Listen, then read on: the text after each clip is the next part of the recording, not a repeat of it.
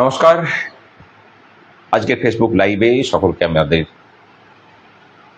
স্বাগত জানাচ্ছি। আজকের বিষয় সম্পূর্ণ ভোট কেন্দ্রিক। পোস্টাল ব্যালটে ভোট শুরু হয়েছে সাথী। এই পোস্টাল ব্যালটের ভোট আপাতত দিচ্ছেন ডিউটিতে যারা ডাক পাওয়া, বিভিন্ন স্তরের ভোটের ডিউটিতে ডাক পাওয়া ভোটকর্মীরা, পুলিশের বন্ধুরা, তারা ভোট দিচ্ছেন। কিন্তু প্রত্যেকবার যেমন সরকার করে থাকে, এইবারে যেন আরো পরিকল্পিতভাবে তারা নেমেছেন যাতে করে সরকারি কর্মচারীরা ভোট দিতে না পারেন, যেন তারা তাদের ভোটটা যাতে কাস্ট করতে না পারেন, তার জন্য সমস্ত রকম ব্যবস্থা করে তারা নেমেছেন। মানে এত সূক্ষ্ম পরিকল্পনা করেছেন, না দেখলে পরে বুঝতে পারবেন না। এবং এতটা শয়তানি যে একটা প্রশাসন করতে পারে, সেটা আপনার সামনে যখন বলবো তখন বুঝতে পারবেন। এবং আরো অবাক করা বিষয় কি জানেন তো, মানে আমরা যেটা ভাবছি, এই পরিকল্পনার নেপথ্যে আছে আইপ্যাক। এই আইপ্যাক এই পরিকল্পনাকে বাস্তবায়িত করাচ্ছে মূলত বিডিও, এসডিও এবং ডিএমদেরকে দিয়ে। এবং তার সাথে যুক্ত হয়েছে কিছু কিছু জায়গায় যেসব রিটার্নিং অফিসারদেরকে নিয়ে আসা হয়েছে ইম্পোর্ট করে, তাদের নিষ্ক্রিয়তা। এই সমস্ত কিছু মিলেমিশে একদম জমে ক্ষীর।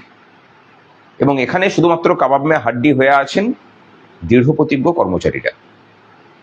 তারা, আমরা যে কথাটা বলেছিলাম যে এই সরকারটাকে এবং শাসক দলটাকে ইঞ্চিতে ইঞ্চিতে আমরা বুঝে নেব ভোটের ময়দানে, আমরা কিন্তু খেলা শুরু করে দিয়েছি আজ থেকেই। একদম আলিপুরদুয়ার থেকে একদম পূর্ব মেদিনীপুর পর্যন্ত প্রত্যেকটা জায়গাতে মোটামুটি একই ধরনের প্যাটার্ন আমরা আজকে দেখলাম। কিরকম প্যাটার্ন? কোথাও ভোটকর্মীদেরকে ব্যালট দেওয়া হয়েছে, খাম দেওয়া হয়নি।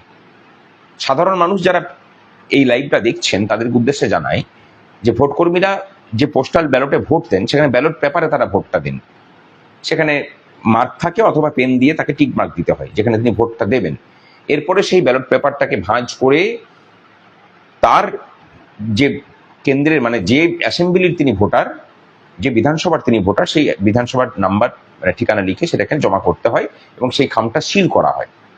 সেই সিলটা কিন্তু খুলবে একবারে ভোট গণনা কেন্দ্রে গিয়ে। সেটার জন্য যে ন্যূনতম নিরাপত্তা থাকা দরকার, সেই নিরাপত্তা কিন্তু কোনো ভোট কেন্দ্রে ছিল না। প্রত্যেকটা ভোট কেন্দ্রে এর জন্য প্রিজাইডিং অফিসারের নিয়োগ হওয়ার কথা ছিল। বহু জায়গাতে অস্থায়ী কর্মচারীদেরকে প্রিজাইডিং অফিসার সাজিয়ে এই প্রক্রিয়াকে সমাধান করা হয়েছে। তার কারণ ওই যে প্রিজাইডিং অফিসার থাকেন তাকেই প্রত্যেকটা পোস্টাল ব্যালটে সই করতে হয়। তাহলে অস্থায়ী কর্মচারীদেরকে যদি নেওয়া হয়, তাহলে পরবর্তী ক্ষেত্রে অরিজিনাল পোস্টাল ব্যালটকে সরিয়ে পরে ডুপ্লিকেট পোস্টাল ব্যালট দিয়েও তাদেরকে দিয়ে সই করিয়েও কিন্তু কাজটা করিয়ে নেওয়া যাবে। অস্থায়ী কর্মচারীদেরকে দিয়ে কাজ করানোর এটাই হচ্ছে সুবিধা, কারণ তাদের চাকরির নিরাপত্তা যেহেতু নেই, সেই জন্য এই অনৈতিক কাজগুলো তাদেরকে দিয়ে চাপ দিয়ে করানো হয়। তারা যে স্বেচ্ছায় করেন তাও কিন্তু নয়। কোথাও পোস্টাল ব্যালট দেওয়া হয়েছে, কোথাও খাম দেওয়া হয়নি। খাম না দিলে মানে ভোটটা দিতে পারবেন না। কোথাও ধরুন একটা বিধানসভার ভোটার 600 জন ট্রেনিং নিতে গেছেন, একটি মাত্র ভোটের কম্পার্টমেন্ট করা হয়েছে, যাতে করে ভোট দেওয়ার জন্য এই গরমে আপনাকে 4 থেকে 5 ঘন্টা অপেক্ষা করতে হয়। তাহলে অপেক্ষা করতে করতে ক্লান্ত হয়ে আপনি বিরক্ত হয়ে চলে যাবেন, ভোটটা দিলেন না, সরকারের বিরুদ্ধে একটা ভোট কমে গেল। কারণ সরকার এবারে জেনে গেছে যে কর্মচারীরা কেউ তাকে ভোট দেবে না। এই জানার জায়গা থেকেই তারা এখন ষড়যন্ত্র শুরু করেছে। ষড়যন্ত্র কিরকম ভাবে করছে?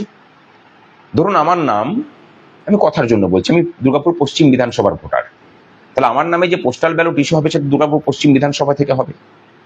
ইচ্ছাকৃতভাবে আমাকে রানীগঞ্জ বিধানসভার জায়গাতে ঢুকিয়ে দেওয়া হয়েছে যাতে আমি ভোটটা দিতে না পারি।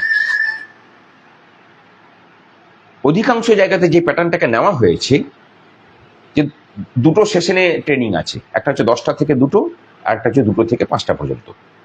এই 10টা থেকে 2টোর সময়ের যে 10টা থেকেই ভোট মানে প্রক্রিয়া শুরু হয়ে যাওয়ার কথা, ভোট শুরু হচ্ছে 1টার সময়, যাতে করে ভোটটা না দিয়ে তারা চলে যান। অনেকের নামে পোস্টাল, তারা ফর্ম জমা করেছিলেন, তাদের নামে পোস্টাল ব্যালট সিস্টেম দেখাচ্ছে পোস্টাল ব্যালট ইস্যু করা হয়েছে, আধিকারিকরা বলছেন পোস্টাল ব্যালট আসেনি। অনেকের নামে আবার পোস্টাল ব্যালট ইস্যুই করা হয়নি। এই সমস্ত কিছু চক্রান্ত চলেছে আজকে। আর তাকে প্রতিরোধ করার জন্য আমাদের কর্মচারীরা কি করলেন? প্রত্যেকটা জায়গাতে ঝামেলা করে নিজের ভোটটা দায়িত্ব নিয়ে 2-3 ঘন্টা কেন 4-5 ঘন্টা অপেক্ষা করে ভোটটাকে দিয়ে সেগুলোকে সিলিং এর ব্যবস্থা করিয়ে সেগুলোকে সুরক্ষিত করে তারপর বাড়ি ফিরেছেন। যে উদাহরণটা, যে প্রতিরোধটা আজকে কর্মচারী মহল করলো এই রাজ্যের সাধারণ জনগণের কাছে আগামী 23 তারিখ এবং 29 তারিখ সেই প্রতিরোধটাই দেখতে চাই। আমরা পথ দেখাচ্ছি, আপনারা সেই পথ অনুসরণ করুন। এমনও ঘটনা ঘটেছে যে আধিকারিকদিকে ঘেরাও করে রাখা হয়েছে, আপনারা বিভিন্ন ভিডিও সেগুলোকে দেখেছেন, অনেকে হয়তো দেখেননি। কোথাও পথ অবরোধ করেছেন ভোট কর্মীরা এসে পড়ে, কোথাও আধিকারিকদিকে মানে রিটার্নিং অফিসারকে ডেকে নিয়ে এসে পরে তাকে সমস্ত সমস্যার সমাধান করতে বাধ্য করিয়েছেন। কিন্তু যা কিছু করেছেন ঐক্যবদ্ধভাবে করেছেন এবং তাদের পাশে সারাদিন ধরে সংগ্রামী যৌথ মঞ্চ থেকেছে। সংগ্রামী যৌথ মঞ্চের পক্ষ থেকে আজকে অনেক মেল আমরা নির্বাচন কমিশনে করেছি, নির্বাচন কমিশনও ব্যবস্থা নিয়েছে। আমাদের একটা হেল্প ডেস্ক করেছি, সেই হেল্প ডেস্কে চাইলে পরে আপনারা ফোন করতে পারেন। আমি কমেন্ট বক্সের মধ্যে আমাদের হেল্প ডেস্কের নাম্বার দিয়ে দিচ্ছি। এটা সাধারণ মানুষের জন্য হেল্প ডেস্ক আমরা ওপেন করেছি এবং নির্বাচন কমিশন যে হেল্প ডেস্ক করেছে, কোনো রকম কোনো অসুবিধা হলে সেখানেও ফোন করুন। আগামী দিনে আজকে যারা ভোট দিতে পারলেন না তারাও যাতে ভোটটা দিতে পারেন আমরা তার ব্যবস্থাও করছি। নির্বাচন কমিশনকে চাপ দেব, দরকার হলে নির্বাচন কমিশন ঘেরাওয়ের ব্যবস্থা করব, কিন্তু একজন কর্মচারীরও ভোট নষ্ট হতে দেব না। আর আপনারাও দায়িত্ব নিয়ে সঠিক জায়গায় ভোটটা দেবেন। ভোট দেওয়া শুধু নয়, মানুষ যাতে নিজের ভোটটা সুরক্ষিতভাবে দিতে পারেন তার জন্য এখন থেকে দৃঢ় প্রতিজ্ঞ হন। কেন্দ্রীয় বাহিনী থাকবে, তাকে সক্রিয় করার দায়িত্ব কিন্তু আপনাদেরকে নিতে হবে। তারা যদি সক্রিয় হতে না চান ভোটের দিন আমাদেরকে জানাবেন, বাকি যা কিছুটা আমরা দায়িত্ব নিয়ে করব। লড়াইটা হোক। কর্মচারীদের প্রতি যে বঞ্চনায় যে উন্নাসিকতা এই সরকারটা দেখিয়ে চলেছে এবং গতকালকেও যে শয়তানি তারা সুপ্রিম কোর্টে দেখিয়েছে তার জবাব কিন্তু দিতেই হবে সাথী, ছেড়ে দেওয়া যাবে না এদেরকে। আর আজকে যেভাবে আপনারা লড়াই করলেন তার জন্য আপনাদেরকে সত্যি করেই কুর্নিশ।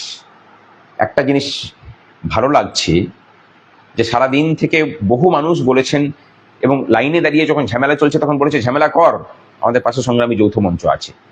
আপনাদের মধ্যে এই যে বিশ্বাসটা সঞ্চারিত করতে পেরেছি আমাদের কাছে এটাই পরম পাওনা।